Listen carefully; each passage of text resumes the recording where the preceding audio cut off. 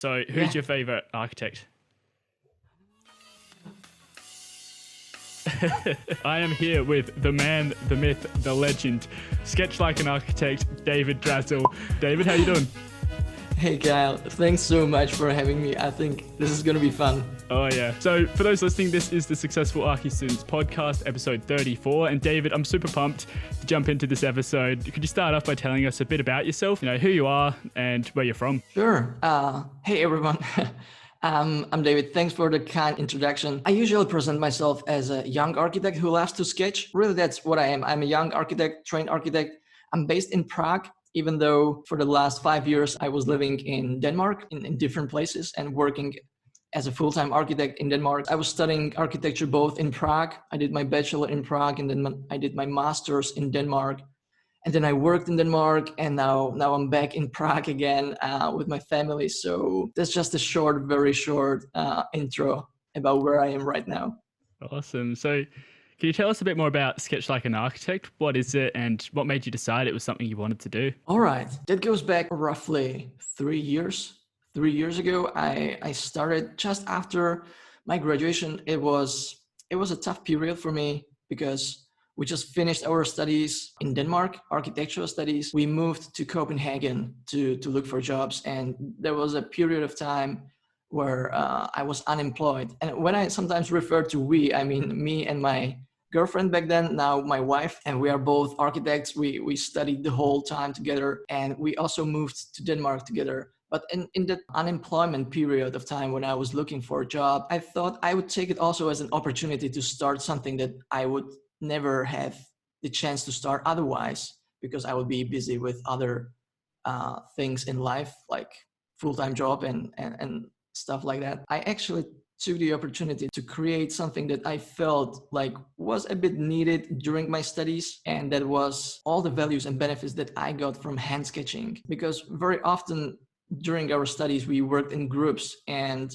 I was the only one in our group always to make any kind of hand sketches and presentation sketches. I felt like there was a huge benefits of hand sketching. Like you can brainstorm stuff, you can iterate your design, you can problem solve, you can just get into the flow because you're using super simple tools. And I felt like many of my other peers would also benefit from just basic tips on how to sketch like an architect, how to do the architectural style of sketching. In that period of unemployment, I felt like, okay, let's give it a go. And I started creating kind of educational material. It was a PDF handbook and accompanying online course. So I was doing a lot of online courses. So I was like, okay, I want to try it my own to create an online course. And that's how it really started. And on the way, at the same time, I think it was late 2016 and beginning of 2017, I started with that platform which everyone was talking about, which is Instagram. I was pretty late to that game, but finally it was time for me to give it a go. Yeah, it was really a special time. It was not super happy time because I felt a lot of pressure as I was unemployed. But at the same time, I gave it a shot to pursue this a little personal project of mine, which really made sense to me at that time, and it still does today. As I've been putting together the educational content on the basics of architectural sketching, I've been sharing the progress on Instagram. And that's where it actually all started, and that's where it took off. And I'm pretty much doing almost the same, just in more progressed way. Today, there's been a lot of change, but that's the very origins. So yeah, that's how it all started.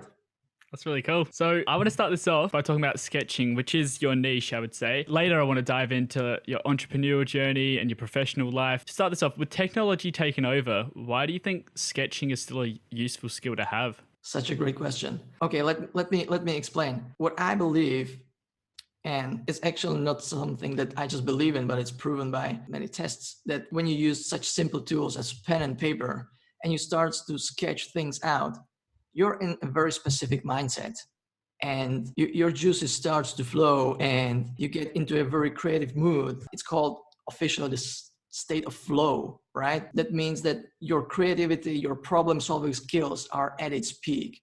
And it's because of the instant connection between your hand and your mind.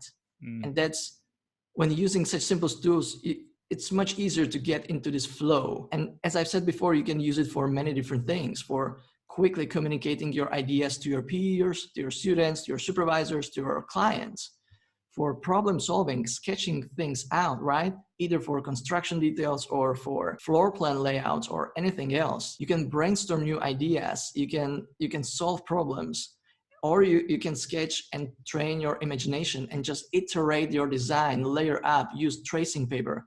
So that's super powerful. What's really important is the mindset that you get into. And it doesn't happen with any technological barrier. When I really don't know what I want to do and I jump into, let's say, AutoCAD or any BIM software, which is even heavier, I suddenly have my mouse, I have a keyboard, I have some user interface, I have some icons to click on, and I'm thinking, okay, where should I click on? What does this tool do? How can I use it? How to be effective? And I'm completely in different state of mind, in different zone, not really the creative one where I want to focus solely on coming up or developing an idea and getting creatively progressed in some way. So what I always recommend is starting out with analog approach, sketching things out, and once I get some clearer idea about what I want to achieve, I can jump into digital software to get more precise or get more shareable or editable or stuff like this. I'm not saying to sketch all the way, but I think it's a great tool for the initial phases as well as presentation at the end. It's really up to your taste. But that's the biggest advantages and values and benefits of hand sketching. And what I've experienced during my studies in Denmark was that we too often jumped right into any digital software, and we were lacking really the creative part. And actually all the people that were not that skilled in architectural sketching or sketching in general because they were not taught to by the university. I think it also relates on with how you can really present with any other tool. You know, you can see many digital artists that are absolutely awesome with Photoshop, Procreate, but it's funny to see that they are also absolutely the same awesome with hand sketching. And it's not a coincidence that you just get to understand all the visual principles in hand, and then you can take those principles and apply it with any other tool. So that's really super powerful, and that's why I think it's still important even in today's era where we're so focused on technology. So to sketch things first, either to develop an idea or to just understand the principles behind image creation, and then take it to any other tool, digital, analog, mixed media, it's up to you. Yeah, I guess that's why all the universities start off with hand sketching in their first couple of years. Yes. But I guess that's something that throws people away from sketching, is this idea of hand sketching getting overtaken by technology. But personally, what do you think? Where do you see the future in regards of hand sketching? Like, do you still think it will be relevant in 10, 20, 50 years' time? Yes, I believe so. And the thing is, I think it's even in bigger demand, in higher demand today, because it's becoming rare. As we have so many digital tools that are very accessible. I'm not saying always easy to learn or easy to use, but they're very accessible, and they're kind of the shining object, and they're great. I'm a big fan of BIM. I'm a big fan of architecture visualizations, VR, and all that stuff. But at the same time, I still see a huge value in the hand sketching, and you can tell that like very unique and signature approach to hand sketching can be very recognizable. And you can see it on many examples, me included, but you can just look at Instagram, on Pinterest, on stuff. You can really tell a specific style from specific people, and it will be always unique to you. While if you look at most architectural visualizations today, and we are striving for that photorealistic look, right? They pretty much look all the same, and you can't really tell from which architecture company the design is, from which visualization company, the image is, you can't really tell apart because we all use the same tools, same approaches, same photorealistic style. So it's kind of becoming more, yeah, opposite of unique. Crafting and getting down with your sketching skills is something that you can really build a very unique style for yourself, for your graphic representation. And it can be a combination of hand sketched and digitally. You know, you can play with it as you like, but you'll get very unique. You'll stand out. So, and because fewer and fewer people keep doing this, it's becoming more rare and more in demand. So yes, I'm a big fan of technology, but as I've said, I still believe in the huge values of hand sketching and how you can actually utilize that to craft your own style, very unique to you, very recognizable. Yeah, that is such a great point. The fact that it's a way of making or having your own style, having your own distinguishable features, which, you know, helps you stand out. And that's what being an architecture student is all about. If you're just like the masses and you're just like everyone else, then, you know, you've got no leverage or you've got no higher ability because of that. Exactly.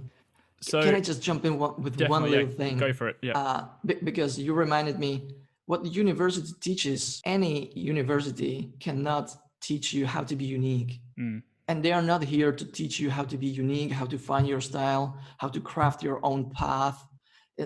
They are simply not here for that reason, and they cannot possibly be here for that because they have to, you know, take care of hundreds, if not thousands, of students. So they don't have the potential to work with you one-on-one to really find your own unique style. So you need to kind of get extracurricular and use your spare time to develop yourself in that area. That's just something to keep in mind. Universities are great environments, eye-opening, great for networking opportunities and many stuff, but it seems to be that it's just not enough to get all the knowledge from the university. You need to educate yourself outside as well, outside of university. And this is one of the great examples to really find your unique voice and your unique style and approach to things. I'm so glad you added that in. That's such a great point that, yeah, university is for the masses. It's what you do on the side that's going to help you stand out. So thanks for adding that in. Something I see you doing quite often is integrating sketching in with technology, specifically in the use of using an iPad or a tablet of some sort. So firstly, can you tell us what apps you use for this and what are some of the benefits of sketching on a tablet? First of all, it's a really nice mixture of analog and digital approach where you really take the advantages of both areas. It's been some time that I've been using an iPad, really quite a small iPad from 2018, small and old. So you don't get you don't need to get any fancy in it. I just got a comment on my Instagram like, what iPad should I get? And I answered very simply like, the one you can afford. It's simple as that. You don't need to get fancy from the start. So anything you can get, it will be great. But yes, it's a really nice blend between analog and digital space where you really leverage advantages from both spaces, meaning that you have still the connection between your hand and your mind and you get into that creative flow. But at the same time, you have all the editing capabilities of digital software and shareability and kind of precision and all the stuff that comes with a digital software. So in that way, I really like it. I've become a big fan, and it was not super smooth transition because the feel is a bit different, like the feel of the stylus on the glass screen. There are some great protectors like Paperlike, which is a great screen protector, so you get a bit more paper-like feel. Actually, yeah, it's a good name. And the apps that I'm using, I've been in a long-term collaboration with Morpholio Trace, which is specifically designed for architects. It has all the tools that you would use in analog way as tracing paper, as all the protractors and rulers. It has some additions to that, so you can set things to scale. You can use AR and not VR, I guess AR, and you can use stencils and stuff. It's a really nice and handy sketch. Morpholio Trace is definitely one of them. The other, which I also love, is Procreate. And I would say it's just like Photoshop only on iPad. And I know that Photoshop is now quite freshly also available as a specific app on iPad, but I still feel like Procreate is just so much more intuitive. I really like how intuitive the whole thing is. You'll get accustomed to it very easily. So if you know any basics of Photoshop, like layering and masks and adjustment layers and all that stuff, then you'll find your way in Procreate very easily. I think I'm using these two the most. There's also Autodesk Sketchbook, sketching app. I know many industrial designers use that, and Concepts, which is kind of for note taking, but as well as for any kind of visual representation, really. But I don't use these two that much. I'm more into Morpholio and Procreate. Awesome. Yeah, some great tools there. And I just realized it just got super dark in here in no time at all. So sorry if I'm a bit lighted weirdly. So, be it digital or not, what are some of the other tools you use when sketching? I guess, do you use any special kind of pens, or, do you specifically use a type of brand or a different type of ruler or something like that? Yeah, funny that you ask. That's actually the most frequent question that I get, and I get it. I get like the motivation, the intention behind that question, but at the same time, I kind of need to address that the tools that you use are very much secondary. It doesn't matter that much what kind of tools you're using, and that's actually a part of my approach. I don't use rulers when I sketch in by hand. I just do all freehand, and I'm taking advantage of some knowledge from constructive geometry or descriptive geometry and constructing perspective and stuff. But I don't really use rulers or protractors or anything like that. I'm trying to teach in a way that you can use any tool, if it's a ball pen or some fine liner or a pencil. It doesn't really matter that much. If you know what you want to say in a visual way and you know how to say it, the tools don't matter that much. The tools without you are nothing. You are the artist. But when we get a little bit deeper into nitty gritty stuff, I'm using a lot of fine liners, just simple pens, black pens with different line weights.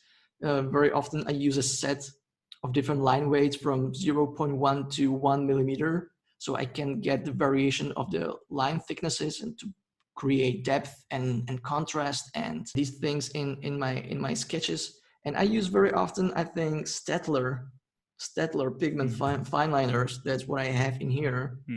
And also Unipin. And recently I've been also using Arteza fine liners. So that's what I'm using. But yeah, these are what I use, kind of my favorite that I'm used to.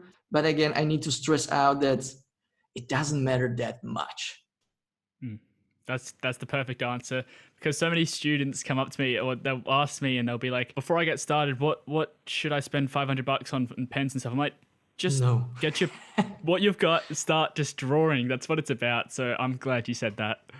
Exactly. It's really just much more about spending the time, putting the effort in, practicing. I'm not even a big believer in talent. I think hard work beats talent every time. It's great if you put in both, if you have both, but talent on its own is not going to do much. You just need to harness really the skill and practice. I know it's a cliche, but it's a cliche because it's true. You can spend time smartly, in a smart way, how to practice. And that's, I think, very important to be efficient when knowing what you want to achieve with practicing. Okay, what do I need to get better in order to take my sketches and drawings and visual in any way to the next level? What do I need to understand? Do I need to understand perspective? Do I need to understand how to create depth in images? Do I need to understand scale and proportion, all the other visual principles? Or where am I actually on the little pyramid, which I haven't talked about, but I would love to get into because it's such a nice concept. Yeah, do explain that. Okay, let's imagine, because this will be a podcast too. So let's imagine a super simple pyramid concept. Like you have 3 layers of that pyramid, some foundation, some middle, and some top of the pyramid.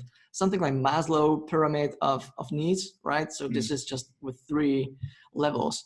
And at the bottom level where you start, and I'm talking about this pyramid in regards to how we learn to draw versus how we design. So it's relatable for architecture design very much, as well as for any type of drawing. So we start at the bottom and there are skills.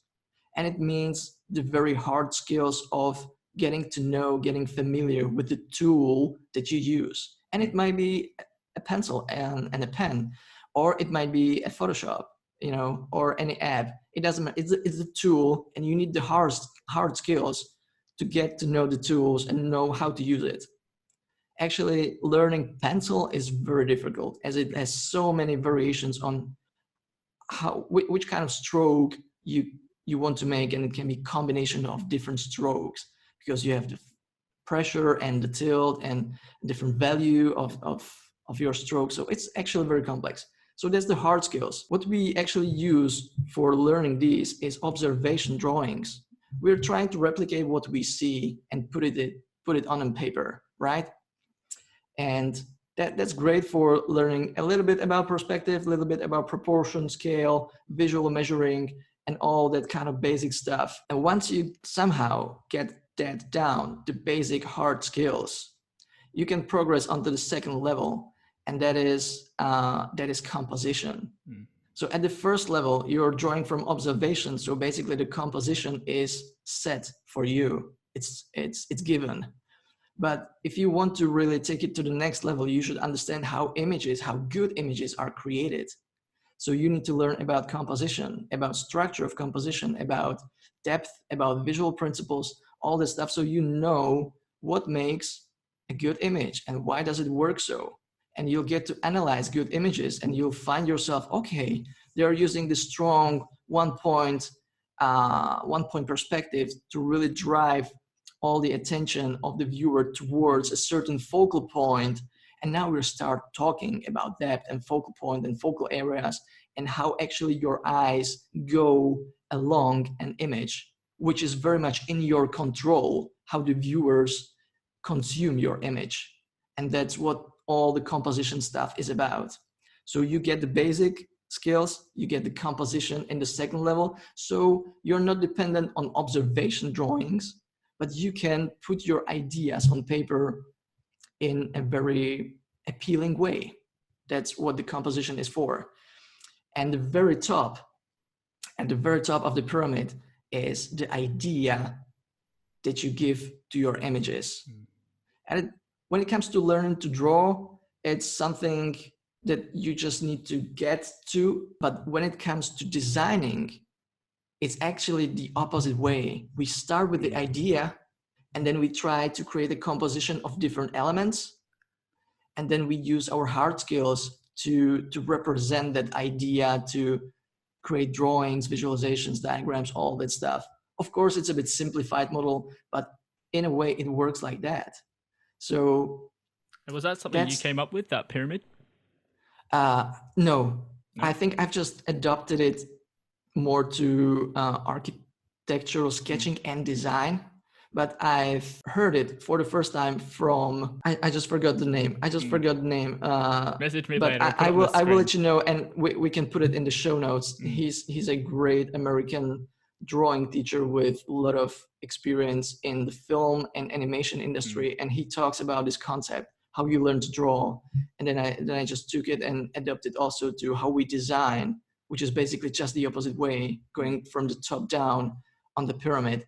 So it's just, I think it's very helpful to just realize, okay, in which part of this pyramid am I at when it comes to drawing, right?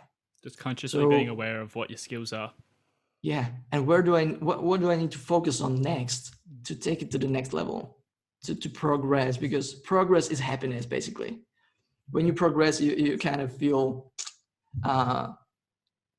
satisfied and happy. Oh, yeah. And it feels good when things are moving forward, right? So, and it's so important not to get stuck in any of those phases, but always seek out what to do next, how to improve.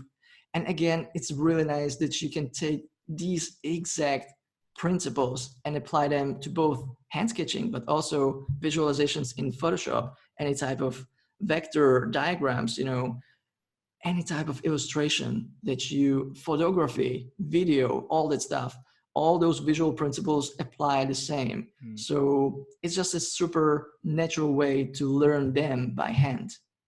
So that what I've just described is the very deep levels of what the Sketch Like an Architect project was based on. And I know it's not very, like, it's not obvious from the surface on the first side, because look how deep we got, right? But it's really the foundations of effective visual communication. That's what I'm all about. Definitely. And that pyramid, I think I've seen a post of that on your Instagram before. Is that something I would have seen? Yeah. Yeah. And we'll plug in here. What is your Instagram? We'll put it on the screen as well. It's at David_Drazil.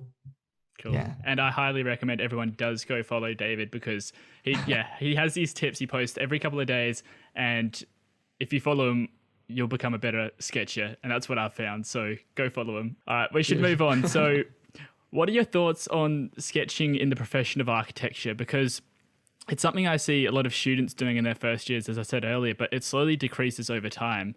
And I love the idea of sketching to grow and evolve ideas, which is something you were mentioning as well. But can I ask, how and when did sketching have its place in the workplace when you were practicing as an architect? Oh, I have to say, in my case, I actually, to be honest, I think that hand sketching helped me in all the cases that I got hired. I just brought my sketches and showed my process. We need to understand that the hiring managers and the decision makers in architecture companies these days are from older generation than we are, and they are very much used to use sketching on a frequent basis. That's how they were designing, and that's how they were even presenting their work very often. And I'm talking about people who are, roughly 40 plus.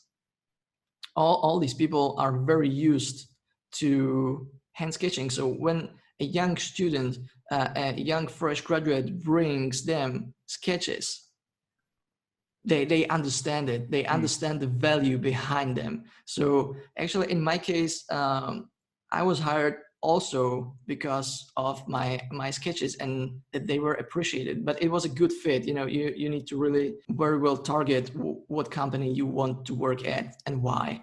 And then you need to craft your portfolio and the whole application and approach towards it, so you find a good fit. I was hired in that process that they also saw in me that I have solid hand sketching skills, and that's why I was also used for in the company. So I was very happy to do sketching. And I was doing sketching for both design process, for all the rough and dirty sketches that you don't really present to clients most of the times, and also some presentational or representational sketches for commune, for developers or contractors and subcontractors, and all those meetings. Then you need to show something quick, but at the same time understandable, even though it's in the early phase of development. So you just show nice and understandable sketches. And even better is when you can sit down with your peer, with your colleague, and you can sketch together on tracing paper some solutions of the problems that you have with your design. It's so powerful. It's so fast. So it's much better than words, because you might get misunderstood with words, and everyone gets his own visual image in his mind. But if you sketch it out very simply, okay, that's what I'm talking about. Okay, now, oh, you mean it like that. All right. And we are on the same page right away. So I've been using it actually on everyday basis, even when I was practicing as a full-time architect, for all the phases of the projects. And I was really in a very fortunate position that I was given even the responsibility to create some presentational sketches for clients and for the city commune and all the other members of the building process. So yes, I was using it all the time. And I know that not all of my peers were using it, but I felt like it was really handy in so many different opportunities. Mhm. Yeah, and I just want to jump back to earlier because you were talking about talent, and I have to clarify this for the people out there who think they aren't or weren't gifted enough to be good at sketching. When you first started architectural sketching, were you already good at it, as in some natural talent you had from birth that's in your genetics, or was it from practicing? Yeah, hell no, I was no good. I was no good. uh, I'm Actually, glad you said that. I was really no good. I have to say that I was really taught the very basics of architectural sketching at the university in Prague, where we had, I think it was 4 semesters of sketching, Hmm. which Wow. really got me into the right direction with it. Yeah, I really liked the way it was taught. It fit me. Hmm. And I was like a blank page, tabula rasa. So I just went with that kind of approach, and I just developed it over time. And I think the important part is that you create a habit of sketching and use it for your designs. Hmm. So that's where it becomes really handy for architects. I think most, like 80% of sketches for for architecture practice is the rough and dirty process sketches, which are not meant to be presentational. Hmm. That's the heavy lifting that the sketches do for you. You solve the problems, you develop the ideas, you communicate it with your peers or colleagues, and you just progress in and move forward with the design process. So that's where it becomes really handy, because it's super fast and natural way how to get things down. I think I just developed this habit of using sketching even in my design process. Just over time, as you practice, you become better and better, and you find some shortcuts and some great tips and advice that really moved you forward. Hmm. And then you feel almost obliged to share it with others because it helped you so much. I was no good at the beginning. I got some really good basics and foundations because of the Hmm. university, and I just kept developing it. That's the Hmm. process. And you mentioned that you practice. I've heard you say in another interview, or maybe on your Instagram, that you practice every day regularly. What are some of the things you do to practice sketching on a daily basis? Yeah, I recommend just getting into the habit Mm. of sketching. It might be 5 minutes a day. It's no like big burden on you. It's like very quick practice, and it's still connected to muscle memory and stuff. Mm. So you just don't forget, and you get more comfortable using it, and you can just practice drawing straight lines with your whole arm, focusing on the end point so you get it right, because they are so handy in so many situations for us architects. Straight lines, it's like ellipses are super handy for industrial Mm. designers. They use it all the time, and we are pretty much good enough with straight lines. So straight lines, circles, all this stuff, and you can just practice your full A4 page or whatever page you use and fill it out with those straight lines in different directions. So you'll get more comfortable, and you don't need to rotate your paper all the time, because it might be a situation that you get to draw on a whiteboard or a blackboard, like is behind me, and that's a situation that you can't really rotate your canvas. So it becomes very handy to be able to draw in different directions and still be comfortable with that. Mm. These very basics of 2D objects is what actually creates the perspective eventually. So that's where I would start and practice just 1 or 2 sheets of paper to get warmed up. As you get warmed up before exercising, as singers get warmed up before a performance, you can get warmed up every day so you can sketch better. What do you think are some of the biggest mistakes you see students making when sketching? Hmm. As I see, perspective is still a kind of scary topic, a Mm. struggle. Definitely. That's one thing. It's a very generic topic, but perspective. And then I would say a lot of the stuff I think can be improved, and I still learn a lot. Is actually the second step. It's the composition. So how you really compose nice images, how you work with scale. That's really another part. Like draw a perspective where all of the elements are in the correct scale. And how do you do that? So, and it goes back to referencing to referring to a human scale, to a human figure. So that's why it's important to get some reference measurement. Human figure is very handy because we all relate our spaces to humans, and that's where you take your sketches from. You start with a human figure and then you relate all the scale according to that. So I would say, yeah, perspective, composition in general, and the placement of the horizon line, for instance, and then the scale, because yeah, it's not really that much about hatching and shading and texturing. That's kind of a little bit secondary. If you get the composition right, then you'll just half there. And it goes with any image. Like, it goes with photography, it goes with visualization. If you get the composition at the beginning, you get it right, then it's already a good image and you can tell. Great point. So I want to move on. I want to start talking about your professional life as an architect. So after you graduated, you moved to Copenhagen to find work, and you were unemployed there for a little bit of time. But I heard you mention in another interview that you treated looking for a job as your full-time job. And I love this idea. Can you tell us about the process you took to find a job in architecture? Oh my, it was tough. Yeah, and I'm glad you mentioned it, because I mean, it felt like looking for a job is actually a full-time job on its own if you do it properly. Definitely. And we were in Denmark, and Denmark is very specific in the ways how they treat unemployed people and how they take care of them and how they support them. So every month and pretty much every couple of weeks, I had a meeting with a one-on-one kind of coach who just wanted to know how I was doing with my job search. And there were some extra workshops on how to write your CV and write your cover letter. But in our case, in architecture profession, we are a bit more dependent on portfolio, actually. So I spent, I think, like 1 month preparing my graduate portfolio and printing it out. I know that during the time, I reached out and applied to over 100 companies. Wow.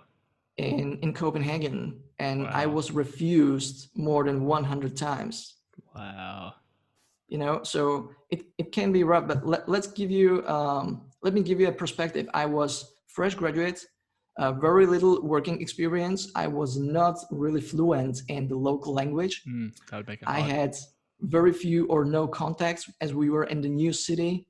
So all these kind of constraints, the whole situation was not the easiest for an expat to get a job as a fresh graduate in a foreign country. And it took me almost a year to get a full-time job. I had some internship in the meantime, paid internship, luckily, in the meantime, but I think it was almost a year until I got a full-time job. I've printed my portfolios in 3 copies. At some point, I was also just going to the companies unsolicited, knocking on the doors, presenting myself, and handing out the portfolio in case they were looking for someone. To be more memorizable, to stand out, and all that stuff. It was super uncomfortable. It was totally out of my comfort zone. And to be honest, most of these situations were just awkward. And sometimes I was also trying to speak Danish, and my Danish was not that good at the beginnings. So even more awkward it was. So yeah, funny. Now it's funny to look back, but in many ways it was a very challenging time, and also very frustrating when you just hear no, we're not looking for someone. No, we don't have enough projects right now. No. So it's also a lot about timing. And it's also a lot about networking and having recommendations. So I got a recommendation from the internship that I had during that time, which helped. It was written in Danish. It was, for another Danish company. So that definitely helped. There was a sequence of things that I would do when I applied. I sent it's different when it's an unsolicited application versus really on a posted position. So there are different approaches, but let's say I would send them my application, my CV, my portfolio in an email with a very like tailored email, tailored cover letter, and even CV for that specific company. I would call them to make sure that they received my application, so it's not in some black hole. That's good. And I would let them know that I will get back to them in a week or two to follow up on that application. And it's really important. So you are the proactive one, not like just saying, hey, looking forward to hearing from you. No one ever gets back to you. Like, you need to say at the end of the email, I will reach out back to you, follow up on this in a week, next Wednesday, and actually do it. So that's why I'm saying, like, looking for a job in a proper way is a full-time job on its own, as you follow through all these things and companies, and you craft your new emails and CVs and cover letters. So that's why it's pretty much a lot time consuming. And because you get all the refusals, you might get frustrated, but you just need to push through and be persistent. And at the same time, I would recommend, building your network, be very active on LinkedIn, be in touch with your peers from university, see if they haven't heard about some open position where they can recommend you and stuff like that. And having really strong portfolio, and I was adding the sketches at the end to them. So it was just so much things going into this job search. Eventually, it really paid off. And I found one job where I wasn't really that happy, and I quit very early because I already got another where it was basically a dream job where I could do all the sketching, all the visualization. I work with BIM. I niched down, I targeted, I specified very much what kind of company I want to work at, what size the company is, what's their focus, what typology of buildings do they do, what scale do they work in, what software they work in. I really specified these things very much. So I got my top 5 companies that I wanted to work at. And eventually I've ended up working at 2 of them and having interview in the 3rd. Wow. So in a way, it was very painful, but eventually it was actually quite successful. Man, there were so many great points there. I think that's so smart. The fact that you've set out a set of criteria for yourself and the jobs you want or the places you'd like to work at, and then to use that criteria as a way of niching down and deciding where you want to work. I think that's awesome. So I want to talk about managing a side hustle, because it's not an easy thing to do when you've got full-time work or full-time study. So how did you find the time to work on Sketch Like an Architect when you were working full-time as an architect? Good question. I was lucky that I started the whole project when I was still unemployed, as I said at the beginning. And then once I got a job, I just continued with the time that I got spare for the Sketch Like an Architect project. And it was already just taking off a little bit. So I just continued to work on it during the evenings and early mornings, pretty much every day, trying to be consistent, posting 5 times per week on Instagram, and sometimes using what I've been working on in my job just to show, hey, I'm working on a new project. I'm doing these kind of sketches. I'm, whatever. And sometimes it was just an extra work within the Sketch Like an Architect project. I think it was very fun to do. It is still a personal project that I really love. And at that time, in the time of unemployment, it was great that it was a way how to take my mind off the job search, which was very frustrating at many times. So I could concentrate on something that I liked, I enjoyed, right? And when I was employed and worked full time, I still kind of enjoyed the different projects to work on. When you have a side hustle, just as you do, you have all the control, you have all the responsibility, you are in charge of that, no one else. But when you're working full time as an architect, especially on the starting positions as junior architect, you don't have that many responsibilities because you're not experienced enough, it just makes sense that you need to build yourself up. And in that way, it's really nice balance between, okay, working full time, getting that experience, be in the real practice, but not having enough responsibilities yet, and balancing it out with your side hustle where you have all the responsibilities and you are in charge, no one else. So you're responsible for all the wins and all the losses. Definitely. So in that way, I found it to be really nicely balanced. Of course, you don't have that much spare time out of that. It's just a nice balance. And the really nice thing is that you can focus on your side hustle as there is no financial pressure on it, because you have your full-time job that covers your living. So side hustles are just great. And if you have something, if you found something that you're really passionate about and you see meaning in that, then you'll find time to do that. Yeah, if you enjoy what you do and it's not work. David, I've got a couple more questions for you before we finish up. I know we might be running a bit over time, but I'm super pumped by this. So this one's for all the students that have asked this, and it's, if you could go back in time to when you were studying to be an architect, is there anything you wish you could have changed or wish you'd known or done sooner? Okay. That's a kind of deeper question. Let me have a think about it. let me think about it.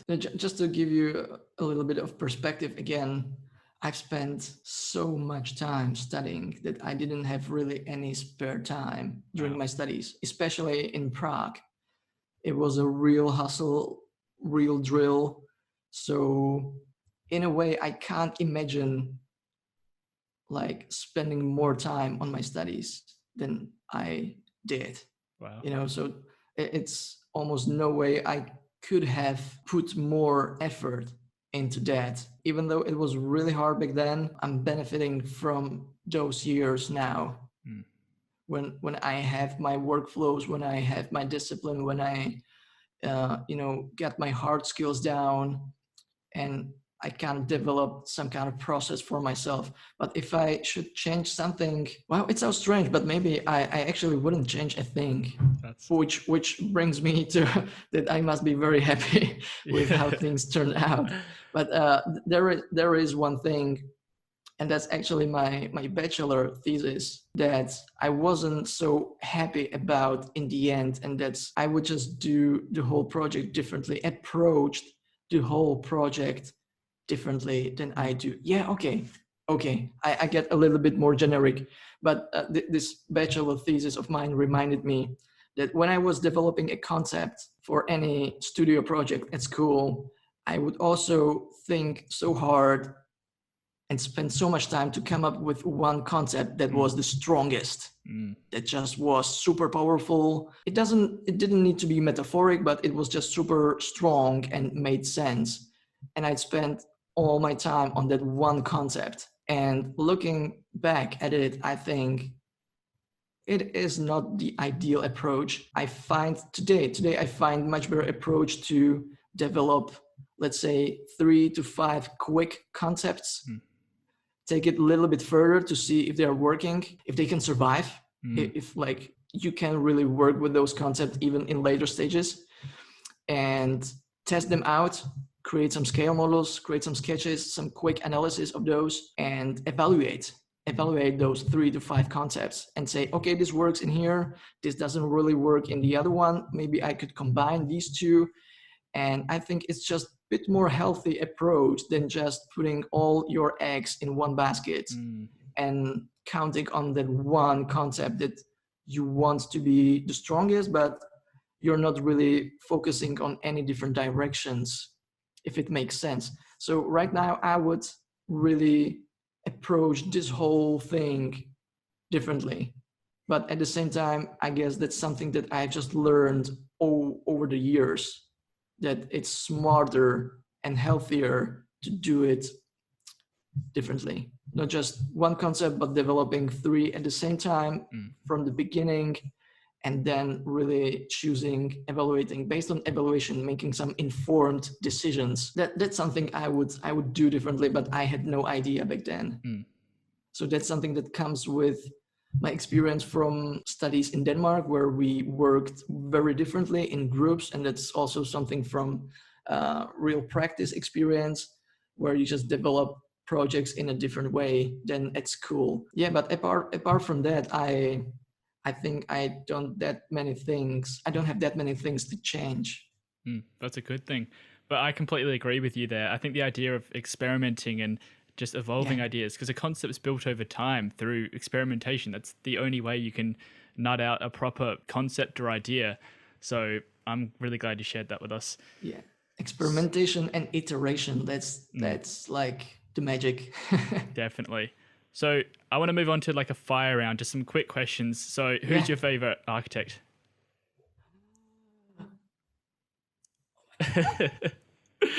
it should be like a quick answer, right? It never is for uh anyone, so don't worry. no, I don't have one. I Mm, just don't have one.